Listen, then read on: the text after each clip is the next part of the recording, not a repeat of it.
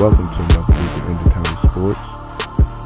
Again, of course, shout out to the Shoot Fashion, shout out to Kingdom Yards Productions, shout out to, of course, the great MoCoFootball.com.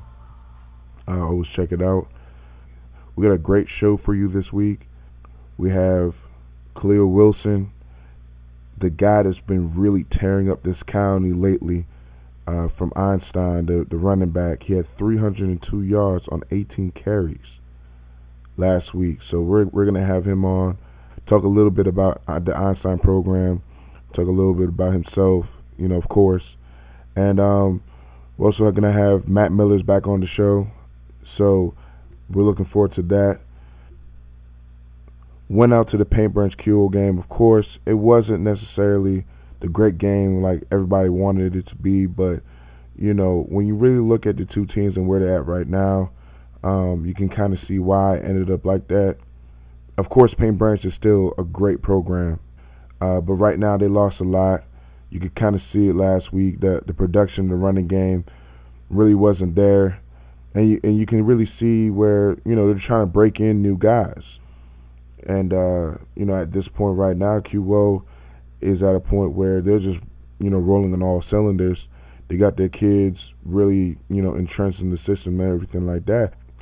It's not a completely new system for Paint Branch on the offensive side of the ball, but it is sort of a different approach. They went mostly in shotgun last week and, did a lot of passing, and everybody knows that Paint Branch is known as wide receiver, the wide receiver U or the wide receiver high school of this county, and they like to pass the ball, but they really put an emphasis on throwing the ball, which I think is a smart move. They got athletes outside, and they really don't have that guy in the backfield right now.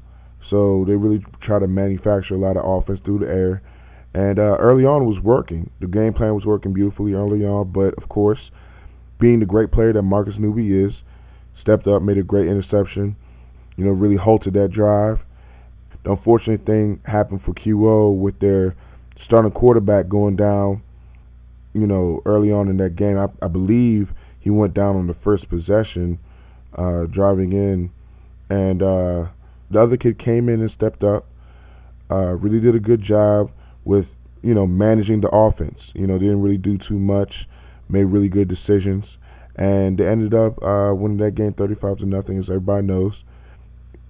Of course, Paint Branch would have loved to play better, but I think that they, really learned a lot from this game. I think they're going to easily bounce back, and I look for them to challenge Sherwood for that, 4A, for that side of the 4A, and they're still the team to beat over there. So until Sherwood beats them or somebody else beats them over there, then they're the Kings in that side of the 4A in this county. So, with all that being said, of course, QO showed their dominance. They have a lot of health issues right now when it comes on to injuries and everything like that. Tyrell Williams, who would be their starting running back if he was healthy, is still not playing. I don't know if he's going to play this week versus Northwest, which is another huge game. Damascus, Seneca Valley, both got really good tests this week coming up. On Friday, Damascus got Einstein, Kahlil Wilson. Like I said, he's going to be on the show this week. Is a great running back. That's going to be a real test for them. They almost lost, if you guys don't remember, they almost lost last year versus Einstein, and it took Zach Bradshaw really going off to get that game. So, I think that Einstein's really confident going into that game, and I believe that, it's going to be one of those games where, whoever makes the least amount of mistakes will win the game. So, I'm really looking forward to that. Of course, Seneca got Churchill. Not only is it the battle of the unbeatens right now, it's also, Blake Dove, the freshman sensation from last season, playing his old team again in Seneca Valley. You got that whole drama going on there. So, that's going to be very interesting. It's going to be a very interesting game. I'm probably going to be going to that game. I was deciding between QO and Northwest, and that game. I've seen QO twice, and I've seen Northwest once already. So I haven't seen Churchill yet play. So I'm probably going to head out to the Churchill game and check them out. Like I said, we got Kahlil Wilson coming up next. Then we got Matt Miller coming up last, and I'm going to wrap it up after that. And thank you for tuning in to In the County Sports.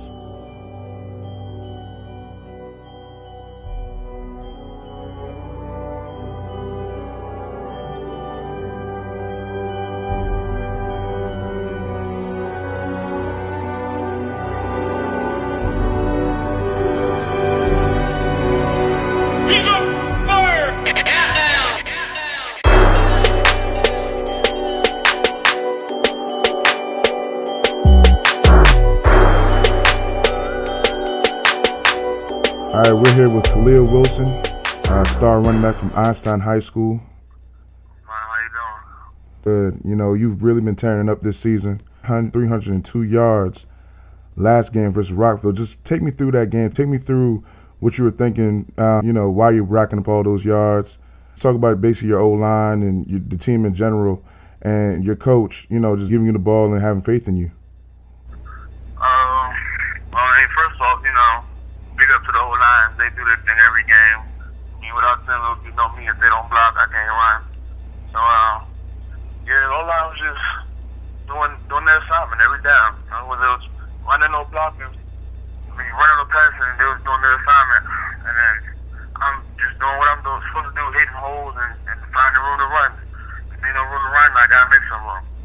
Right. And coach, he tries to get everybody involved. He doesn't just want to keep the ball on the ground. He wants to go to the receivers, and he tries to work in new things and during practice and try to throw that into the game sometimes. Right. It's not all about me. It's a team thing. And like I said, O-line, they really do their job when it comes to blocking. You weren't in the preseason. You weren't really mentioned with some of the bigger name backs out there. Talk about the chip you have on your shoulder every single time you go out there, and just trying to prove people that you are elite back in this county, and trying to get people to notice you. Well, as far as the whole preseason goes, I already knew that I wasn't going to be mentioned with some of the big name backs because nobody had knew about me. So I was really under the radar, and nobody had knew my name in sports, period. Whether not just football, I didn't do any sports in Montgomery County. So as far as the whole preseason situation goes, with me not being mentioned is not really a problem because I know eventually I will get to that point with some of the big name backs that's been around here for years doing what they do. And Einstein, we really been under the radar too for the past couple of years. We've had decent teams that done what they could, but they really haven't pulled out all the wins that we should have. And I feel this year we got a good chance. We got some returning players and we got some new and upcoming athletes along with myself. Right. Not just me, we got a couple other guys on the team that can make plays. And, right. It's a really good feeling knowing that you're not the only person. Scratch that. You're not the only person on your team who can score, who can make plays, who can who can just get out there and be a player that helps the team. Coach, I interviewed Coach last week, and he talked about how you've grown up in the past 3 years. Just talk about your growth as a human being, not only as a football player, and how that has helped you out, not only on the football field, but in the classroom, personally. And just talk about, Coach's role and the football team's role in helping you out with all that. Over the last couple of years, I can honestly say I've matured a lot, and it really falls into play with everything that goes on in life. You mature, you start to see things a different way, you start to carry yourself a different way, and it really helps on the field and in the classroom. And the classroom is, I finally start to realize, hey, I mean, if I want to play football, first things first, I got to get these grades right. Not only that, but you want to graduate with your class and go to college and take your ball playing skills to the next level. With that, they look at all of that, not just how you look on film. Right. And I started to realize that, in the middle of last year, when I decided that I wanted to play football for Einstein and then potentially try to go to college. Mm-hmm. And my teammates, like I said, my teammates and my coach, as well as family and friends, they play a big role in that. They keep me going and giving me compliments on how I'm doing and what I can improve on. And as me, as a more mature person I am now, right. Instead of just saying, oh, whatever, I know what I'm doing, I don't need your help. I take it under consideration and what they say, I try to go work on it. And I go back and look at film and say, oh, well, this is what they were talking about, and I can work on that, and I don't have to do this next time, stuff like that. Okay. Talk about the change in the community when it comes onto your program. I know now, you guys probably get more attention when you go out in the community and even within your own school. Just talk about the different perception of Einstein football when you guys go out, and the different attitude that people have when people find out that you are a Einstein football player now. The change in the community is a big turnaround because we got more people trying to get involved in what we're doing. Right. And Coach Howell has done a tremendous job of just trying to get more people involved. Not only is the football team doing more stuff to get our program going, but it's catching on with other sports. Soccer, basketball. We had a camp that one of our basketball coaches set up that I had never known before. Like no other basketball coach has done it. So right. Not only that, it's just seeing, and then the soccer team as well. You know what I'm saying? Summertime we were out there working out. Soccer team was out there working out. Basketball team was out there working out. It's just right. And when we seen it, it was kind of it was like, well, when did they come out here and decide to work out? Right. It's like a trickle down effect. Say what? It's like a trickle down effect. Yeah, it was like Coach Howell was like, what I'm saying, maybe everybody's deciding to catch on. They see us working. Right. Maybe they want to work too. Right. And the community is recognizing it. More kids are coming out. We got parents coming to Coach Howell. Well, I want my kid to play for Einstein. We got kids from different schools. We got kids from Kennedy that want to come over to Einstein because they want to join the new and improved football program that we got up and coming. Right. Just to see how much not only Coach Howell but how other coaches have tried to improve their own sport and our program as a whole is real good to see, because not only when you leave, but you want to see them do good. Like right. You come back saying, I went to this school, you know what I'm saying? Absolutely. This is where they at now, Absolutely. It's real good. Talk about the Damascus game, but I'm pretty sure you're aware of they're a top team in the county, top team in the state. They have a great defense, great athletes. You're talking about George Vincent. You're talking about Zach Bradshaw, Patton, all these guys. You know what I'm saying? Yeah, I know about it. Yeah. So and you had 302 yards last week, and I played for Coach Thomas when I was in high school, and I'm sure he's gonna have something cooking up for you, man. And talk about your mindset, how you're gonna prepare for that game. Well, I'm gonna try to prepare for that game. There's any situation as any other game. They're not really a different team. They're just better at what they do. They've been together for a long time. It was the same thing with Seneca. Seneca have been together for a long time. They know what they're doing. Right. So, I'm gonna just watch film and find their weaknesses. Point out players who I think I can go at and not have a problem with. Right. Absolutely. And just talk about that game in general, not just what you're gonna do in the running game, but just the game in general. How you guys gonna try to attack it, And basically, you guys almost came out with the win last year, and your confidence going to the game. Like Coach Howell always says, the team that makes the least mistakes usually comes out on top. You know, we gotta come in strong, finish strong. We don't want to just start strong first half and then slow it down. You know what I'm saying? We want to keep the pace up the whole game. Right. You know, and with a team like Damascus, it's hard because they'll wear you down. They got players that can play multiple positions and just mess your whole game plan up. So right. What we want to do is we want to, as a team, our O-line wants to come out and just dominate first, second half. Same thing with receivers and backs. So we just don't want to. We just want to limit our mistakes. Right. Right.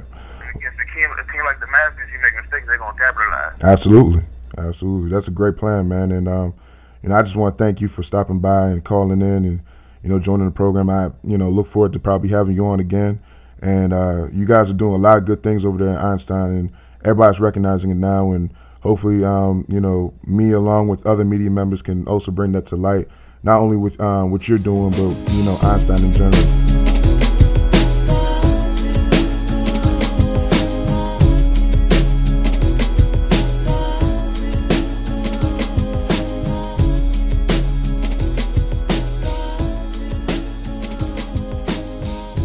Matt, you went out to the Hugo Paint Branch game. Hugo ended up dominating. I don't know if you heard the news, man, but Hugo's starting quarterback went down. I think he's lost for the season, but the kid that stepped in for him did pretty good, beating Paint Branch 35-0.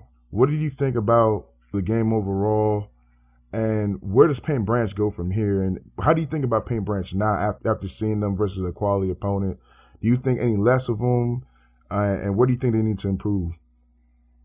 Yeah, I think it's unfortunate news first off about Mikey Murtaugh. I heard the torn ACL, I believe, is the injury, so that'll sideline him for the rest of the year. But coming in, they have Tobin Pagley, who's a junior, and from what I heard, played some quarterback. I believe it was either his freshman or sophomore year.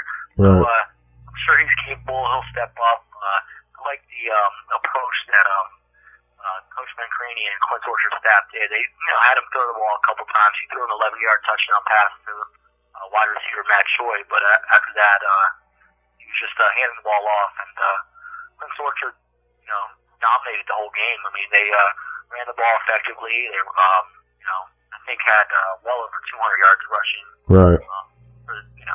As a team, they controlled the clock on the ground, and their defense was just lights out. I mean, Paint Branch struggled to move the ball, or they did well in the beginning. The first quarter, they moved the ball, but after the first quarter, it was pretty much all Clint Orchard. Paint Branch, they didn't seem to make adjustments. I mean, they're young at the quarterback spot, and they do run a lot of spread offense. Clint Orchard's defense, their front seven is outstanding, as we've talked about. It could be the best in the entire state.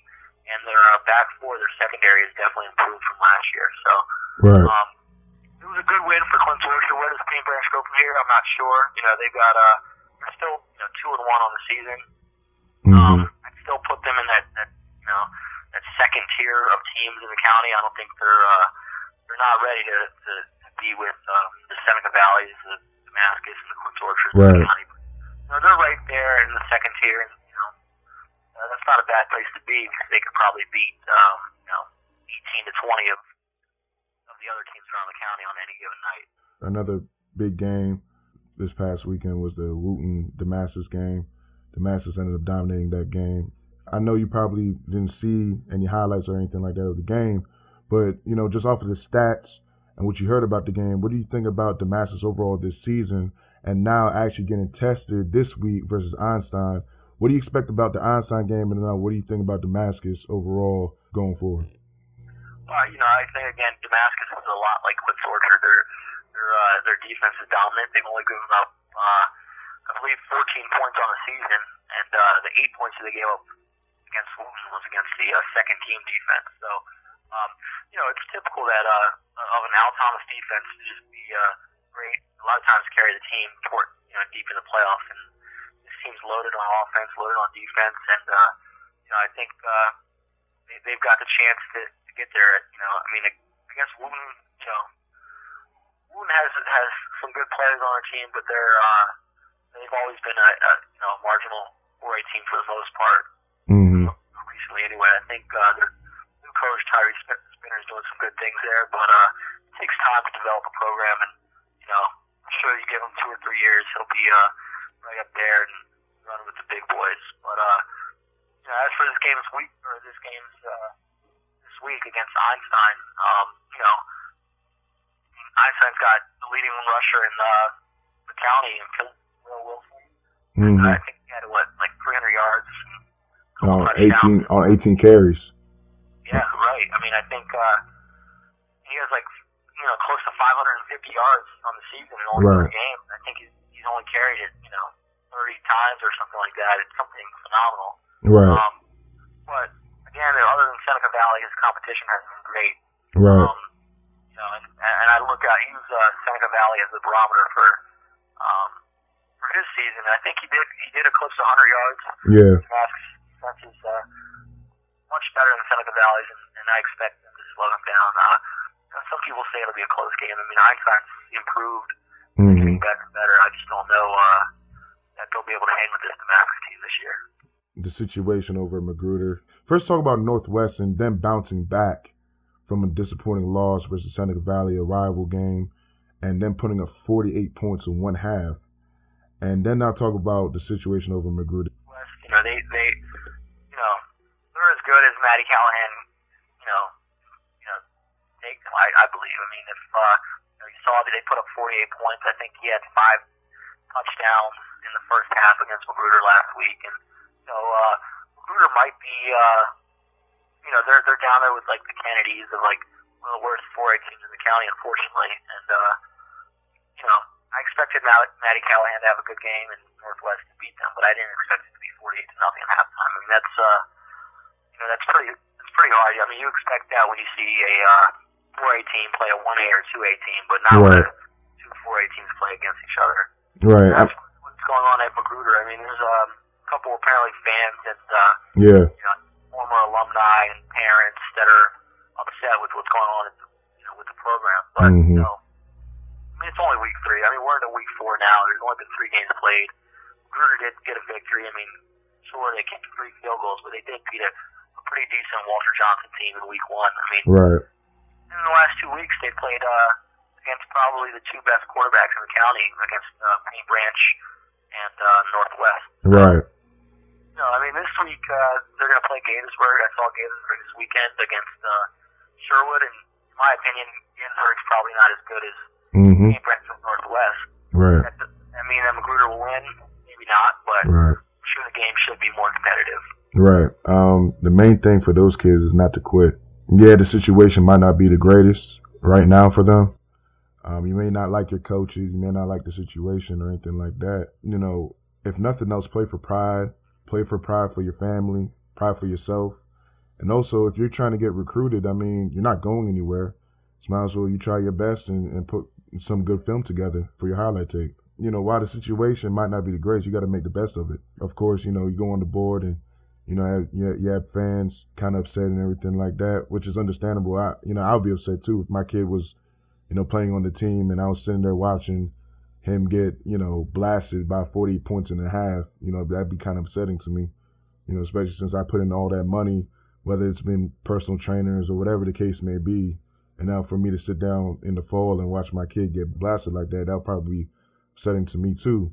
But like you said, it's week 3. They faced 2 really, really good teams. They beat, the one team that everybody thought that they could beat, they beat. If you kind of look at it like that, there was 3 weeks, 2 teams, nobody expecting them to beat. They lost to those 2 teams. Now, would they have wanted to play better in those 2 games? Yeah, sure. But honestly, when you projected the season, after, 3 weeks, you would probably project them at 1-2, maybe 0-3, So, if you kind of look at it like that, the sky's not falling.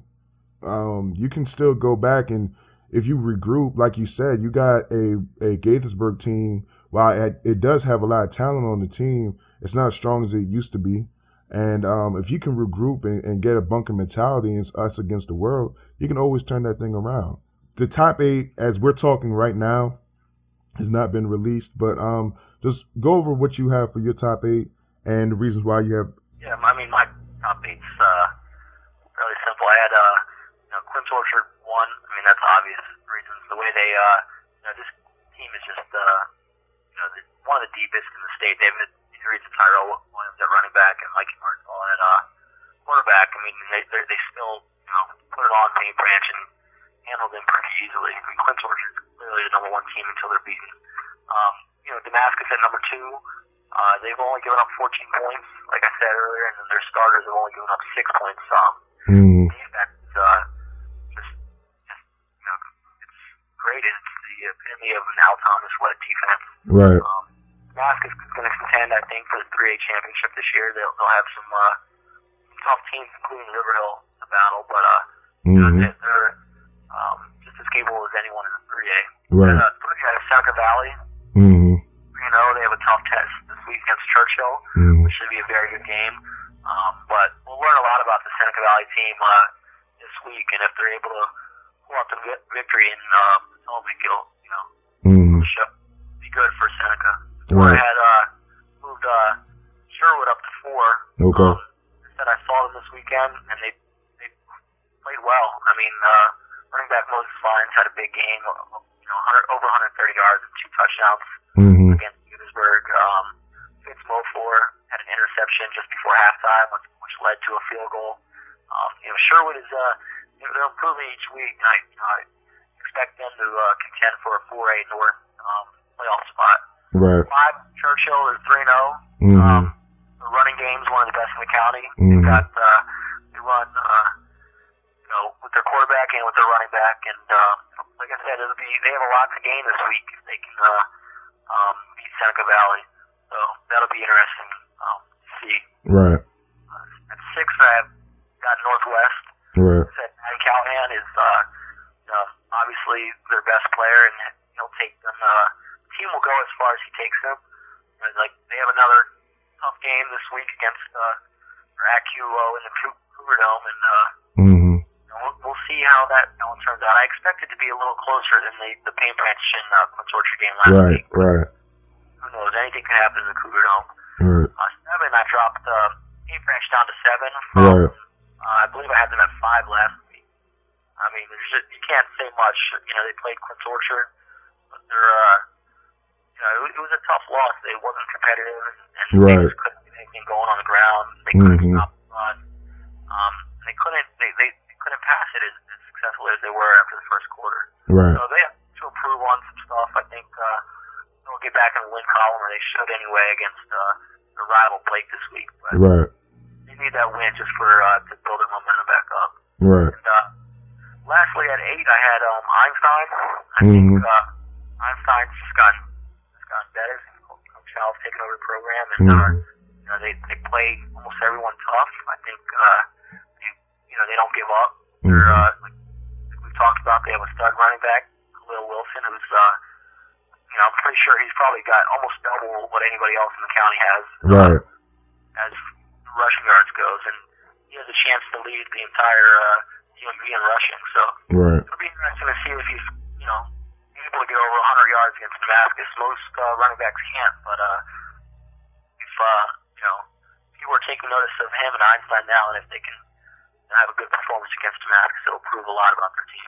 Actually, I have almost the exact same thing, except for I have Churchill and Sherwood flipped at 4 or 5, which that's pretty much 4 and 4A almost to me. Because the reason why I have Churchill 4 is because they're undefeated. Just to give them that kind of respect, and then now you look at you ask anybody what are the pillars of a great team. One of the first few things they will tell you is running the ball and playing great defense. Well, Churchill's, they've been a top 3 defense in the county. You look at the running game, they've been top 3, top 2 in the county this whole season. Now, the competition hasn't been great. They've done what they have to do. They have Blake Dove, they have playmakers on the outside, really good D-backs and everything like that. I just really like them. Einstein, I completely agree with. I think that, and I want to get your opinion on it. I mean, I think that honestly, that 8th spot is kind of watery at this point. there's not really like it's like a revolving door almost every single week. 1 week you want to put 1 week I had, Watkins Mill. Another week I had Springbrook. This week it's Einstein. Next week it's probably gonna be somebody else. You would like to see somebody step up and just grab a hold of that 8 spot. Hopefully Einstein can do that. I anticipate keeping them there if they have a good performance versus Damascus. And that's pretty much we pretty much agree on everything. Other than the Sherwood Churchill thing. And you made valid points. Like I had like I said, I had Sherwood at 4, Churchill at 5, and the only reason I had Sherwood still ahead of Churchill because of the level of competition that Sherwood's played. I mean, the competition, right? Yeah. Yeah, their only loss was the Quince Orchard. Right. They played Quince Orchard tough. There was a point in the game where they could have taken the lead. Yeah. And won that game, but they didn't. QO prevailed, and that's that. I mean, Churchill's 3-0, but they played some rather suspect teams. Teams that, quite frankly, probably will not, that are likely not going to make playoffs in Kennedy, Whitman, and BCC. Yeah. Sure, they played them handily, but I just don't think the competition has been as good. But right. Like you said, this week will be a big statement. Yes, it will. For Churchill, and if they can prevail and if they can win, and maybe I'm sure they'll be moving up. That's the only reason I had Sherwood ahead of Churchill, even though they had the one loss. Right. As for the 8th spot, it's always tricky in these Elite Eights. I mean, honestly, the top 3, 4, 5 are all very good teams, and after that, it gets it's like you said, a revolving door. I guess whichever team looks the best that week, and whichever team is doing well, gets put into those spots. But it's hard because outside of the top 3 or 5, those teams just aren't the level of the Damascus, Seneca Valley, Sherwood, Churchill, and Quince Orchard. Of course, we touched on the Seneca Valley Churchill game. Just give me your opinion on that. Blake is facing his old team again. Of course, emotions are going to be running high during that game. Just give me your opinion on that game and how. Yeah, I think, like you said, Blake Dove is playing against his former team. He started at linebacker last year for Seneca Valley as a 13-year-old freshman. Right. Now he's at Churchill. He's a sophomore, and he's playing both ways. He's running the ball some. I think he has a little bit close to 100 or over 100 yards for the season. Right. And he's playing defense as well. And I think it's this game could go either way. I haven't seen Churchill this year. I've heard good things about them, about their running attack and about their defense. So I think they're going to look to just run the ball and control the clock and keep Seneca Valley off the field. That's a tough task against a good, Fred Kim-led team. But I truly believe Seneca Valley or Churchill can come out of there with a win.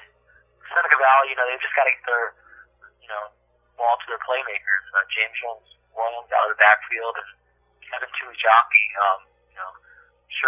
Seneca is going to count on them a lot during this game to make plays and just produce. Right. Capable of winning easily. I mean, this game could be really close or it could be lopsided. Very intrigued by this game, and I believe it might be the only game this week of 2 teams that are 3-0 in the county. I might be mistaken by that, but I believe it's a game with 2 undefeated teams. It's the only game. I thought about making a drive down to Potomac and checking out Churchill and seeing what they have to offer. It's between QO and Northwest, that game. I've already seen QO 2 times this season. I like to see them in person and just see how they're executing right now and see them versus a really high-level opponent. I just mentioned the Northwest QO game. How you think that Northwest should approach attacking QO right now. Of course, QO is a little bit wounded with the quarterback going down, and we don't know if Tyrell is going to be, healthy for this game. But talk about how you think that, Northwest could possibly come out with the W this game, and just talk about what QO probably is going to have to do, basically keep the ball out of Maddie's hands and come over with the victory. Yeah, I think QO like they doing all season. They're going to have to just run the ball. And last week it was a lot of running back by committee, and I'm sure that's going to be the same this week if Tyrell Williams can't go. And just control the clock, and that's what they're going to have to do. I mean, keep Matty Callahan for Northwest off the field, and moving aerial attack. They can score at any moment, and will they against Clint Torch's defense? I don't know. I mean, Paint Branch struggled, and Paint Branch runs similar offense to Northwest. Right. I think if Northwest makes conclusions and moves the chains, they can put up a fight. I mean, Clint Torch, I don't want to say they're vulnerable right now because they're probably the deepest team in the county, but right. Without starting quarterback and their starting running back, you don't know what type of performance they'll put up. They looked great last week, but who knows? They're playing, in my opinion, a tougher opponent against Northwest.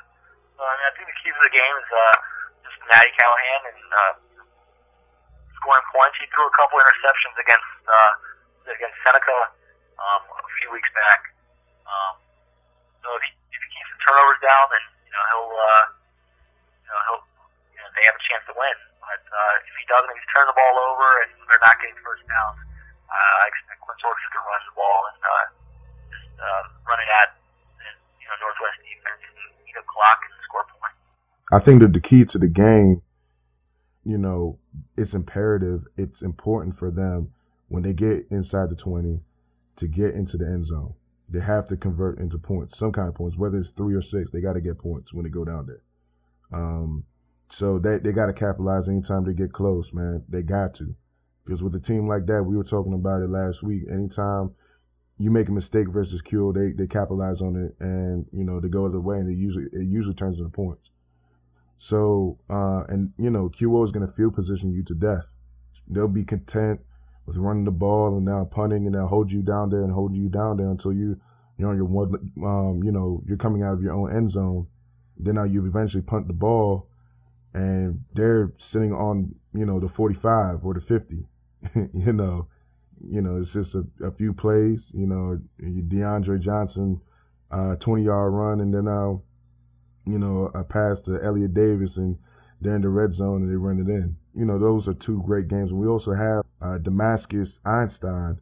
That's also a pretty good game on the weekend. And what do you think about that game overall, just real quick? I know you got to go. Yeah, quickly, like I said, I'm saying, Damascus' defense plays lights out, and the rivalry. Unfortunately, right now, it's the best in the county and one of the best in the state. So, they're going to face Kahlil Wilson from Einstein, who's rushed for over 500 yards in 3 games. Right. He hasn't seen a defense as good as the one that's going to be in Damascus this Friday night. So, I think he might have a chance if the Einstein coaches run the ball a lot to get over 100 yards, but I don't think it'll be enough. I don't think one person is going to be able to beat this absolutely loaded Damascus team. And teams always struggle playing in Damascus, and Einstein has a long trip up there. Like I said, I think as good as Will Wilson for Einstein this week, I think he'd shock pretty much everyone if the Titans walked out of there with a victory. Yeah. Well, thanks, man. I kept you a little bit longer than you wanted to, but I apologize for that. I think I'm probably making that trip up to Potomac with you on Friday to see Churchill and Seneca Valley. Great, yeah. I appreciate you having me on, and I'm going to enjoy checking out whichever game we had up this Friday night. It'll be a good game regardless, and I'll see you there representing MoCoFootball.com.